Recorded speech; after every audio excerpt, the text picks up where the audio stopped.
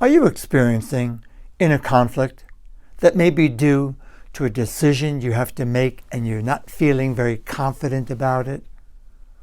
Or perhaps you're needing to pivot and restructure your business, do things differently, and you're not quite sure what to do. There's a high level of uncertainty, perhaps. Or perhaps you're in a work environment, or hopefully not, a home environment that's become toxic. There's more conflict, more arguing, more upset, more disagreement than there is harmony. And you're feeling a deep sense of conflict as to, should I stay? Should I leave? What should I do? If this is you, you're in the right place. I would like to offer you today, teach you 4 questions to help you reduce the conflict, possibly eliminate it, but certainly reduce the conflict. This is something I've used myself for many years. I found it so helpful to navigate life with more grace, more ease, to be more in alignment with my values. It's the very questions I teach in my mentor sessions with my clients, in my Silva Method courses, the Immersion of Life and Intuition system. It works, and I'd like to offer it to you, do the same for you.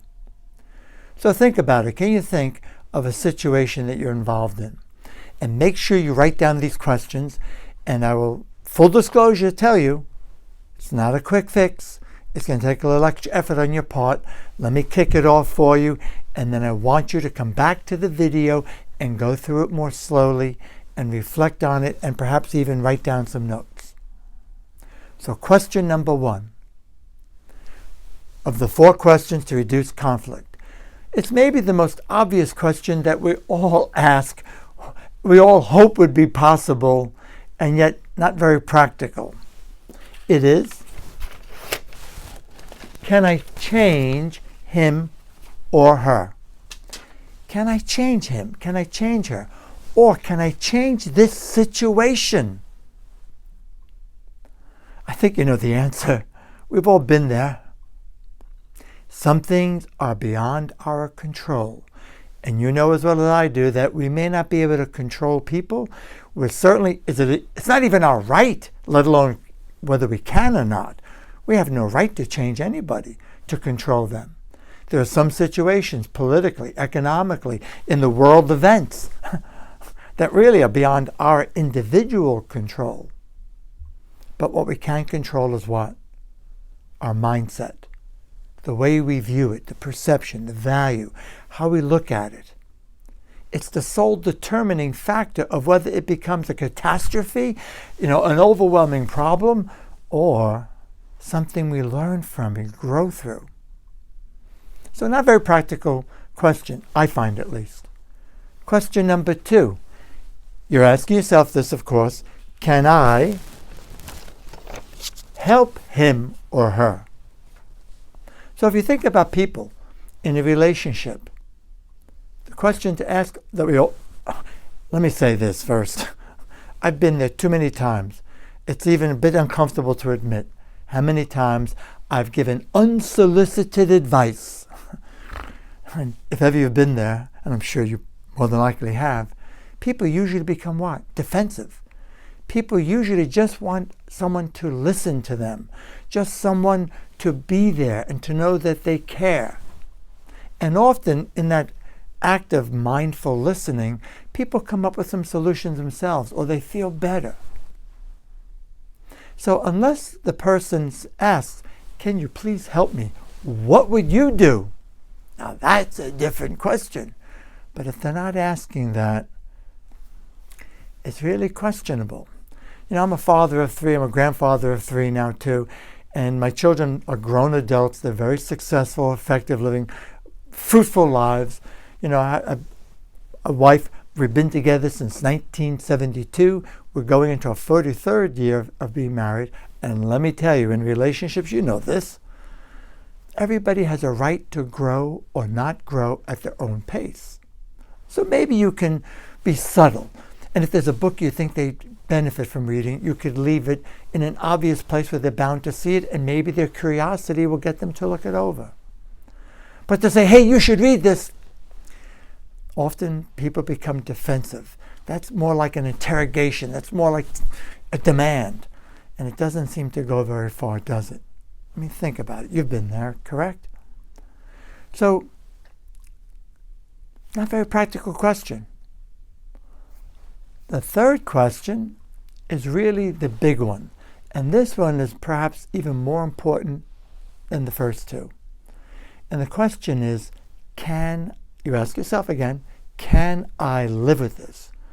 So when you think of a situation like a world event, economically, politically, you know as well as I do, we're in highly uncertain times. There's a lot of stuff going on. There's a lot of craziness. And much of it is beyond your individual control, my individual control. So good luck trying to change it. I do believe, however, that collectively, as more and more people step up, as more and more people let their voice be heard, as more and more people take action and spend with their values, invest with their values, vote with their values, then collectively we can make a difference. And I'm a great believer in that. When I started in 1971, we're doing this work for 50 years, hardly anybody talked about meditation unless you were into some sort of spiritual discipline. Now it's become so open. Back in those days, I'm blessed and fortunate to have worked with the pioneer, the man I believe started it all in this industry of personal and spiritual development, the man who practicalized, added a Western approach to spiritual practices. Jose Silva with the Silva Method.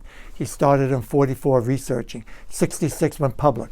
I started with him. I'm one of the original instructors in 71. I'm now senior guy, and I got to tell you, is that the world has changed. We have made a big shift. There's more openness to this work than ever before. What I'm really addressing here with you is on an individual basis. So the question again, number 3, which is always not so easy that you're asking yourself is, can I live with this? Now be careful. Do this slowly and easily, because the answer you get could be profound. This is a question that can elicit out of you a defining moment, a necessary shift you need to make. So can I live with this in the sense of, is this okay? Am I staying true to myself? Am I living my best life? Am I bringing out my best person, working in this environment, living in this environment, being with these people? You get the idea? And if the answer is no, then perhaps it's time to change, to make a shift. Can you recognize, feel compassion for this person's idiosyncrasies? Have you ever had a manager, a business partner, a spouse, a boss? We've all been there. Who you're just not on the same page, and there's this seems like constant conflict? Have you ever worked for someone or with someone who has the deciding vote, who has the upper hand because it's their business, they own it, and you're contributing, maybe you're a valuable player, but ultimately it's their decision, and they're making decisions that are proving to be ineffective? Have you ever had so much experience? I'll spare your details, but in these 50 years I've worked, I've got a ton of experience. I've been with hundreds of thousands of people. I've taught hundreds and hundreds of classes throughout the world in the Silva Method. It's become I'm not perfect, but I've gained keen insight and understanding, and I recognize what works, what doesn't work. And every time there's new management, what I've got to ask myself is, okay, I can speak up, I can let my voice be heard, but ultimately it's their decision. Can I live with it though? Can I live with this? Can I stay true to myself, true to my values, stay in integrity, do my part, make a contribution I want to make, be of value and be of service, have some fun, and thrive? Obviously the answer is yes, because I'm still here going into my 50th year this May. But how about you in that situation? So it's not always an easy question to manage, to deal with, to juggle. There's a lot of factors. The same holds true. With due respect, I believe that in relationships, sometimes, I'll put it that way, people give up too easily. Sometimes in careers, people give up too easily, and you hear them complain and what they don't like, and they separate, divorce, quit the job, get a new job or a new relationship, and 6 months down the road, they're making the same complaints. And then a third time, same thing. That's a pattern. If that's what's happening, it's not rocket science to figure out. You don't have to be a psychologist to figure out there's a pattern of behavior going on inside us that needs to change, because we keep attracting the same problems. We keep attracting the same kinds of people that are feeding our own dysfunction. I don't mean to get too deep, but like I said, it can be very deep, profound. It takes some study. It takes the right training to get through this. And it is possible when you have the right training. So can you live with this?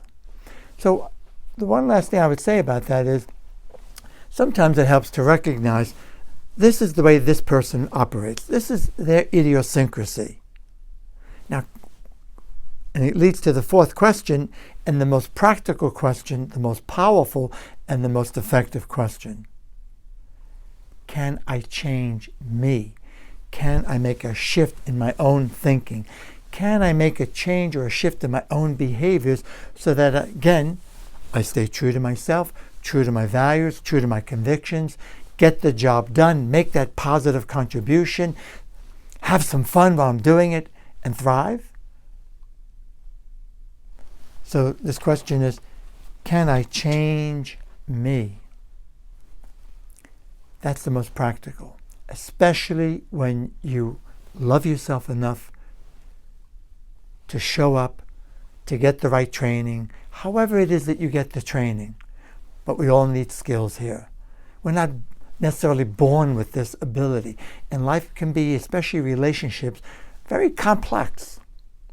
But I can tell you, in my own experience, and with the hundreds of thousands of people I've worked with, let alone the millions of people across the globe who have used the Silva Method tools, with a training like that, you can learn to make the shifts in yourself, to make the changes in your own behaviors,